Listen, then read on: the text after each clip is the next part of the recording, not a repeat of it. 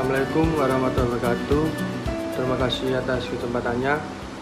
Perkenalkan, nama saya Muhammad Afri Nani dengan NIM 2019-210377. Di sini saya dari kelompok 1 ingin menjelaskan tentang teori motivasi. Yang pertama, pengertian motivasi. Motivasi dari bahasa Latin yaitu movere, yang artinya penggerakan. Seorang konsumen tergerak membeli suatu produk karena ada sesuatu yang menggerakkan. Proses timbulnya dorongan sehingga konsumen tergerak membeli suatu produk, itu yang disebut motivasi. Unsur-unsur yang terlibat dalam proses motivasi meliputi 1. Kebutuhan. Setiap konsumen memiliki berbagai ragam kebutuhan yang antara individu bisa berbeda-beda. Kebutuhan ini ada yang bersifat fisiologi dan tidak dipelajari, tetapi ada juga yang bersifat dipelajari. Kebutuhan yang sifatnya fisiologi dan tidak dipelajari antara lain kebutuhan akan makanan, udara, air, dan pakaian, perlindungan serta kebutuhan seksual. Yang kedua, perilaku. Perilaku merupakan aktivitas yang dilakukan individu dalam usaha memenuhi kebutuhan. Perilaku ini dapat diamati dalam bentuk pengambilan keputusan, pemilihan merek, dan penolakan terhadap suatu produk. Yang ketiga, tujuan. Tujuan ini merupakan suatu yang akan dicapai oleh konsumen sebagai hasil atas tindakan yang dilakukan. Tujuan yang dipilih oleh konsumen dipengaruhi oleh faktor pengalaman pribadi, kapasitas fisik, norma-norma, dan nilai-nilai budaya yang ada, serta kemampuannya untuk mencapai tujuan tersebut, yaitu contohnya seperti orang konsumen membutuhkan sarana transportasi karena tuntutan pekerjaan yang memerlukan mobilitas yang tinggi. Sifat dan klasifikasi motif. Motif itu sifatnya dinamis. Oleh karena itu, motivasi konsumen juga berubah dan berkembang sejalan dengan bertambahnya pengalaman dan pembelajaran yang dialami. Sifat motif. Pada umumnya, motif atau kebutuhan manusia memiliki sifat-sifat sebagai berikut. Yang pertama, kebutuhan tidak pernah terpuaskan. Kebanyakan kebutuhan manusia tidak pernah terpuaskan sepenuhnya. Contohnya seperti si A, yaitu seorang konsumen yang memiliki kebutuhan mobilitas. Setelah mampu membeli mobil Xenia, tahun depan si A ini timbul keinginan untuk menggantinya dengan mobil Fortuner yang dinilainya lebih tepat untuk menunjukkan kelas sosial ekonominya. Yang kedua, kebutuhan baru muncul setelah kebutuhan yang lama terpenuhi. Seperti yang dicontohkan pada nomor 1 tadi, bahwa memperlihatkan jika suatu kebutuhan terpenuhi, timbul kebutuhan baru yang berbeda, yang lebih tinggi atau yang dinilai lebih cocok dengan kondisinya saat yang akan datang. Yang ketiga, keberhasilan konsumen dalam mencapai tujuan berpengaruh terhadap tujuan yang ditetapkan untuk masa yang akan datang. Apabila seorang konsumen gagal dalam mencapai tujuan yang diinginkan pada masa sekarang, maka pada masa mendatang mereka pada umumnya akan menentukan tujuan yang nilainya lebih rendah atau tujuan pengganti yang memungkinkan dapat mencapainya. Yang terakhir, yang keempat, motif bersifat majemuk. Motif yang bersifat majemuk yaitu motif yang melatar belakangi perilaku konsumen, sering tidak tunggal, tetapi banyak dan beragam. Sangat jarang tindakan konsumen yang hanya didasarkan pada satu motif. Klasifikasi motif. Klasifikasi terhadap berbagai macam motif dirasakan penting untuk memahami kebutuhan konsumen. Motif dapat diklasifikasikan ke dalam 3 jenis, yaitu 1. Motif fisiologis dan psikogenik. Yang kedua, motif disadari dan tidak sadari. Yang terakhir, yang ketiga, motif positif dan motif negatif. Motif kognitif. Motif kognitif terdiri dari 8 motif, yaitu konsistensi, yang kedua atribusi, yang ketiga kategorisasi, yang keempat objektifikasi, yang kelima otonomi, yang keenam eksplorasi, yang ketujuh matching atau membandingkan, yang terakhir yang ke-8 kegunaan. Motif efektif. Motif efektif terdiri dari 8 motif juga, yaitu yang pertama penurunan ketegangan, yang kedua ekspresi diri, yang ketiga pertahanan diri, yang keempat pengukuhan, yang kelima tuntutan, yang keenam bergabung dan berhubungan dengan orang lain, yang ketujuh identifikasi, dan yang terakhir nomor 8 modeling, yaitu menirukan model. Bagaimana kalau gagal mencapai tujuan? Secara psikologis, ketika konsumen mengalami frustasi, mereka akan melakukan reaksi atau tindakan yang tujuannya untuk melindungi citra diri dan harga dirinya. Tindakan atau respon konsumen sebagai upaya mempertahankan citra diri dan harga dirinya ini disebut sebagai mekanisme pertahanan diri. Terhadap berbagai bentuk mekanisme pertahanan diri yang dilakukan konsumen ketika tujuan yang diharapkan gagal tercapai, antara lain yang pertama regresi. Bentuk mekanisme pertahanan diri berupa kembali ke taraf pengembangan yang sudah dilalui, jadi biasanya konsumen menjadi kurang matang atau kekanak-kanakan. Yang kedua identifikasi, yang ketiga proyeksi, yang keempat kompensasi, yang kelima rasionalisasi, dan yang terakhir agresi. Terima kasih. Di sini saya akan dilanjutkan oleh rekan saya. Terima kasih atas kesempatannya. Perkenalkan, nama saya Reza Fahmi dengan NIM 2017-210706. Di sini saya akan melanjutkan presentasi dari rekan saya. Teori motivasi. Teori motivasi dalam psikologi terdapat banyak teori mengenai motivasi yang menjelaskan tentang motif manusia. Di sini terdapat 3 teori populer mengenai motivasi yang sering digunakan dalam riset pemasaran, yaitu teori hierarki kebutuhan, teori 3 kebutuhan, dan teori ERG. Teori hierarki kebutuhan.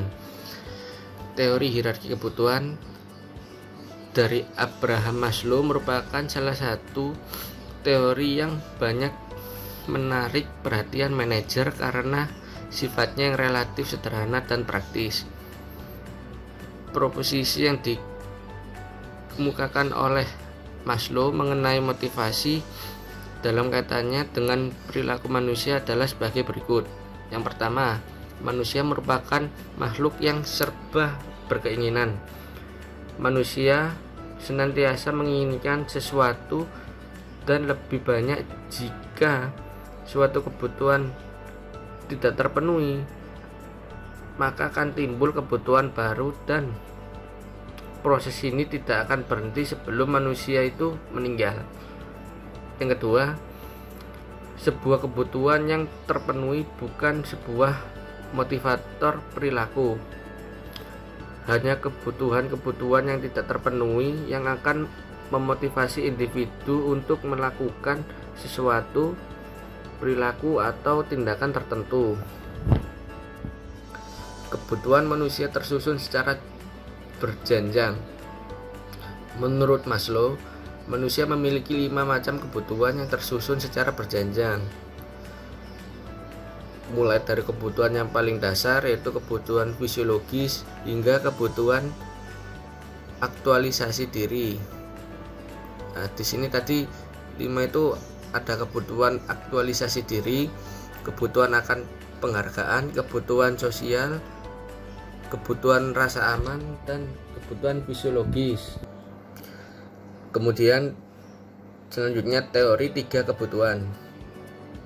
Teori 3 kebutuhan lebih tepatnya dikenal sebagai Trio of Need, dikemukakan oleh McClelland. Menurut McClelland, merupakan manusia memiliki 3 macam kebutuhan, yaitu kebutuhan untuk berkuasa, need for power. Kebutuhan untuk berkuasa dapat dilihat dari seberapa jauh individu berkeinginan mengendalikan, mempengaruhi orang lain dan objek-objek lain yang ada di lingkungannya. Individu yang memiliki motif berkuasa tinggi mempunyai dorongan yang kuat untuk mengarahkan dan mempengaruhi orang lain atau kejadian-kejadian yang di sekitarnya. Kebutuhan untuk berkuasa ini sifatnya interpersonal dan muncul dalam interaksi sosial. Kekuasaan sering dilambangkan dengan simbol-simbol tertentu dalam interaksi sosial. Kemudian yang kedua, kebutuhan berafiliasi. Kebutuhan berafiliasi merupakan kebutuhan individu untuk mendapatkan kehangatan dan menjalin hubungan secara lebih dekat dengan orang lain. Individu yang memiliki motif berafiliasi tinggi cenderung lebih ekspresif dalam mengungkapkan emosi dan perasaannya kepada orang lain, suka bekerja sama dengan orang lain, menyukai pertemanan serta situasi sosial. Kemudian yang terakhir, kebutuhan berprestasi. Individu yang memiliki kebutuhan berprestasi memiliki ciri-ciri antara lain memiliki dorongan yang kuat untuk mengerjakan pekerjaan dengan hasil terbaik, menyukai persaingan, pekerjaan yang menantang, dan mampu menentukan tujuan sesuai dengan kemampuan. Individu-individu yang berprestasi tinggi juga menyukai sesuatu aktivitas di mana kinerja yang diperoleh merupakan upaya mereka sendiri, bukan karena faktor kebetulan, serta menyukai umpan balik atas kinerja secara segera. Kemudian ada teori ERG. Teori ERG ini dikembangkan oleh Alderfer yang menyatakan bahwa terdapat 3 kebutuhan manusia, yaitu kebutuhan untuk tetap bisa bertahan, kebutuhan berhubungan atau berelasi dengan orang lain, kebutuhan untuk tumbuh dan berkembang. Istilah ERG diambil dari kependekan ketiga kebutuhan tersebut dalam bahasa Inggris. Teori ERG ini sebenarnya hampir sama dengan teori Maslow, hanya saja lebih sederhana.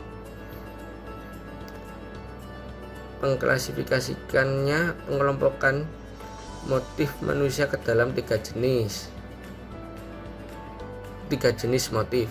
Yang pertama ada kebutuhan berkembang, kebutuhan relasi, dan yang terakhir kebutuhan eksistensi. Pengukuran motif. Pemahaman terdapat motif yang mendorong konsumen memilih atau membeli suatu produk merupakan hal yang penting bagi pemasar. Oleh karena itu, pemasar perlu mendiagnosis atau mengukur motif konsumen. Terdapat banyak cara yang dilakukan untuk mengukur konsumen. Di sini ada metode wawancara mendalam, kemudian metode kuesioner, kemudian metode tes proyektif, dan yang terakhir metode kelompok fokus. Metode wawancara mendalam. Metode ini sangat populer dipakai terutama ketika pemasar ingin mengetahui secara lebih dalam tentang manfaat yang diinginkan konsumen dan apa yang menurut konsumen penting sehingga terdorong ia memilih atau membeli produk tertentu. Caranya dengan melakukan wawancara secara mendalam terhadap konsumen yang telah dipilih berdasarkan pertimbangan-pertimbangan tertentu sesuai dengan tujuan penelitian. 2. Metode kuesioner. Upaya untuk mengetahui dan mengukur motivasi dapat dilakukan dengan metode kuesioner. Metode ini selain dapat digunakan diri sendiri tanpa dilengkapi metode pengumpulan data yang lain, sehingga juga digunakan sebagai pelengkap penggunaan metode wawancara. Kuesioner digunakan untuk memandu dalam memberikan pertanyaan-pertanyaan pada saat melakukan wawancara.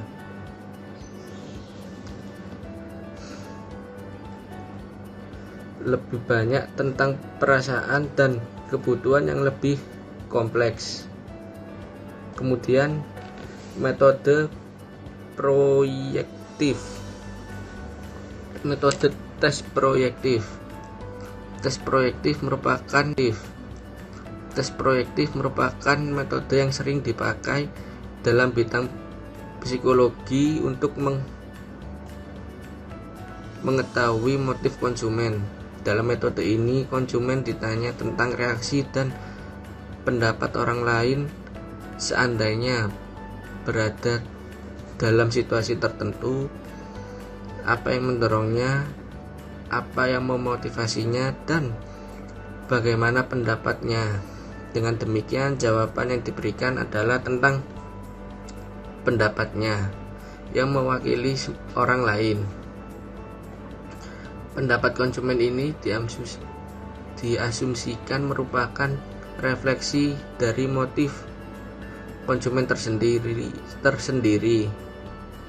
Tes-tes yang terkait dengan motivasi untuk pembelian produk-produk yang sensitif moral seperti minuman keras, rokok, jasa hiburan malam, dan lain-lain seringkali menggunakan jenis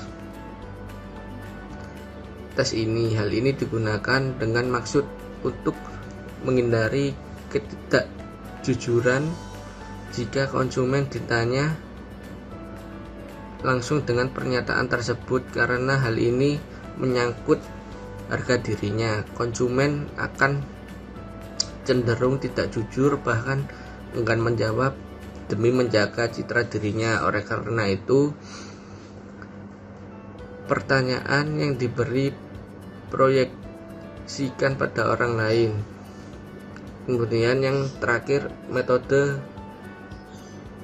kelompok fokus. Metode kelompok fokus, metode lain yang dapat digunakan untuk mengetahui motivasi konsumen adalah melalui metode kelompok fokus. Anggota kelompok fokus dipilih berdasarkan pertimbangan-pertimbangan strategik. Anggota fokus yang dipilih seharusnya dapat mempresentasikan atau mewakilkan konsumen yang menjadi sasaran pemasaran. Jumlah kelompok dapat diatur berkisar 10 orang dan dipimpin oleh orang yang mempunyai kemampuan untuk memfasilitasi proses diskusi yang memungkinkan konsumen dapat mengungkap motivasinya. Aplikasi teori motivasi dalam strategi pemasaran. Motivasi memainkan peran penting dalam mempengaruhi perilaku konsumen. Oleh karena itu, pemahaman terhadap motivasi konsumen sangat penting. Informasi dan pemahaman tentang motif konsumen ini menjadi dasar pertimbangan dalam penyusunan strategi pemasaran.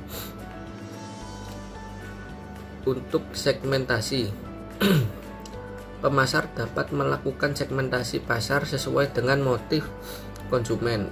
Misalnya, setelah mengetahui bahwa motif penting yang mendorong konsumen membeli sabun mandi adalah karena ingin cantik, lembut kulitnya, dan di sisi lain terdapat sekelompok konsumen yang ingin sehat bebas dari kuman penyakit, dan ada lagi kelompok yang ingin keharuman, bau badan itu, maka perusahaan dapat mendesain produk-produknya sesuai dengan motif dari segmen yang ada. Perusahaan juga dapat memilih salah satu segmen yang tersedia sesuai dengan kemampuannya. Untuk mengakses segmen tersebut, pemasar juga dapat memilih segmen dengan melihat motif umum yang ada di pasar dan dari sisi ukuran yang sangat potensial untuk diakses. Positioning, pemahaman terhadap motif dapat digunakan sebagai dasar untuk positioning produk. Akan diposisikan sebagai sabun yang dikesankan seperti apakah di benak para konsumen. Akan sangat dipengaruhi oleh strategi pemosisian yang dilakukan. Pemosisian produk sebaiknya juga mendasarkan pada manfaat yang diinginkan konsumen. Pemosisian ini akan efektif jika bauran pemasar yang menyertainya juga relevan. Berikut implikasi dari pemahaman tentang motivasi konsumen dalam bauran pemasaran. Yang pertama, produk. Yang kedua, promosi, kemudian harga, dan yang terakhir ada distribusi. Pojok manajer. Bagaimana mengukur motif konsumen? Bagi pemasar, mengetahui motif konsumen sangat penting karena dengan mengetahui faktor-faktor yang mendorong konsumen membeli atau memilih produk yang ditawarkan, memungkinkannya dapat menyusun strategi yang tepat sesuai dengan keinginan konsumen.